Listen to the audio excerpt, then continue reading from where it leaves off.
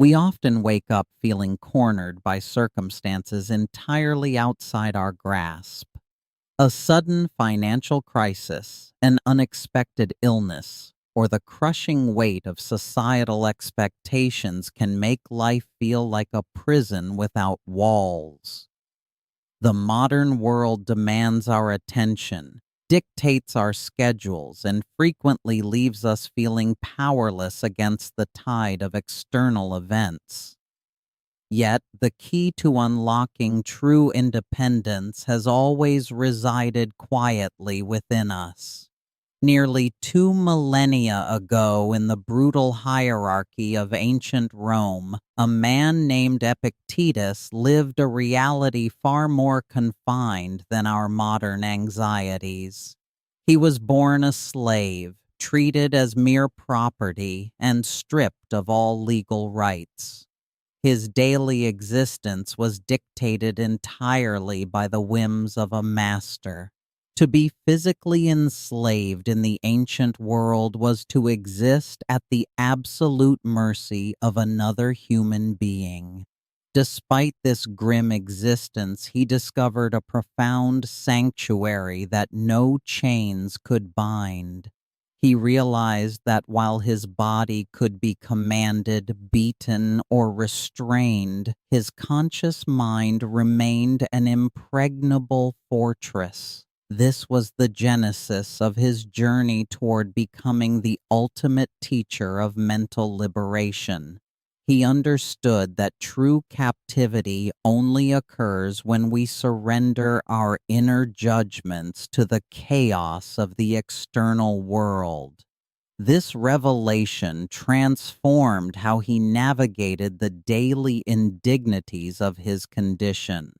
When ordered to perform grueling tasks or subjected to cruel treatment, he chose to separate the physical event from his emotional response. He observed the pain and exhaustion without allowing them to corrupt his character. By refusing to add a layer of mental suffering to his physical hardship, he maintained a quiet dignity that baffled those who claimed to own him. His extraordinary demeanor caught the attention of his master, who surprisingly permitted him to study under the renowned Stoic teacher Musonius Rufus. In those philosophical lectures, the young captive found a language for the resilience he had already begun to cultivate. Rufus did not see a piece of property sitting in his audience. He saw a brilliant, searching intellect ready to master the most challenging discipline of all, the governance of the self. Under this mentorship, the young student learned to rigorously examine his own thoughts and desires. He practiced stripping away false assumptions about what constitutes a good life. Wealth, status, and physical comfort were exposed as fragile illusions, easily swept away by fortune. True virtue, he discovered, was the only possession that could never be stolen, lost, or degraded by the cruelty of others. This rigorous training solidified into his central teaching the dichotomy of control. He divided the entire human experience into two distinct categories. On one side are the things we cannot control, our bodies, our reputations, the actions of others, and the natural world.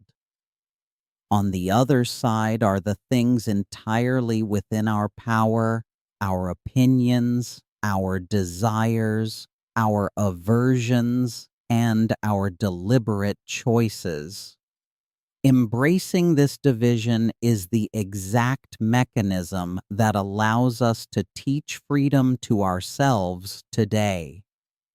When anxiety over an impending layoff or a deteriorating relationship threatens to overwhelm you, draw that dividing line. You cannot force a company to keep you, nor can you compel another person to love you. You can only control your integrity, your work ethic, and the grace with which you handle the outcome. The depth of his own commitment to this principle was tested brutally when his leg was permanently disabled. Legend suggests his master deliberately twisted it in a fit of rage. As the bone snapped, the philosopher reportedly looked at his tormentor with absolute calm and simply noted that he had warned him it would break. He accepted the physical damage as an external event, refusing to grant it the power to inflict emotional devastation. The profound implication of that moment echoes through history. A master can break a leg, restrict movement, and dictate physical labor, but they can never force a mind to feel defeated. The power of assent, the ability to say yes or no to an impression, remains fiercely independent. This radical self-ownership proved that the most powerful empires on earth are completely powerless against a disciplined human will. Eventually, he became free and was banished from Rome, traveling to Nicopolis to found his own school. There, the formerly enslaved man became a revered master of Stoicism, lecturing to emperors, generals, and commoners alike. He did not teach them how to acquire wealth or conquer nations. He taught them how to conquer themselves, demonstrating that true sovereignty is an internal achievement, not a political status. His most vital lessons were preserved by a dedicated student in a short manual known as the Enchiridion. This text was never meant to be a theoretical treatise to gather dust on a shelf. It was designed as a practical handbook, a psychological weapon to be drawn whenever life attempted to drag a person into despair. Its pages contain the distilled essence of a lifetime spent forging iron resilience. The wisdom of the Enchiridion remains profoundly necessary when we feel held captive by modern frustrations. Whether you are stuck in agonizing traffic, facing a hostile crowd, or dealing with chronic pain, the manual offers immediate relief. It demands that you stop demanding the universe conform to your wishes.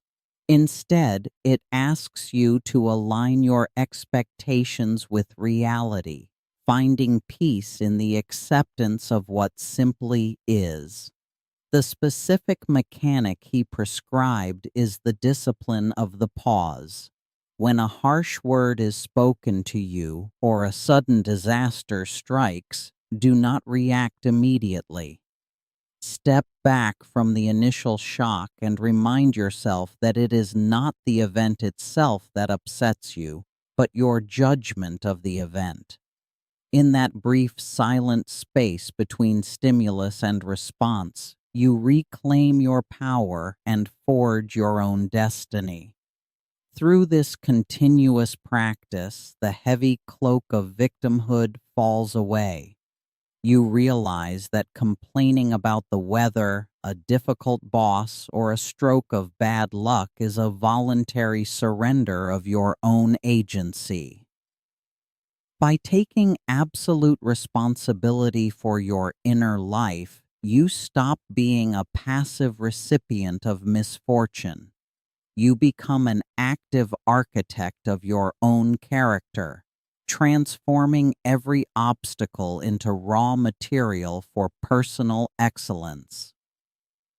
The legacy of Epictetus proves that our circumstances do not define our capacity for peace. Whether bound by iron chains in antiquity or entangled in the invisible stresses of the modern age, the path to liberation remains exactly the same. True freedom is never granted by an external authority, nor can it be purchased or inherited. It is a quiet, deliberate choice made every single day to rule the one domain that is truly yours.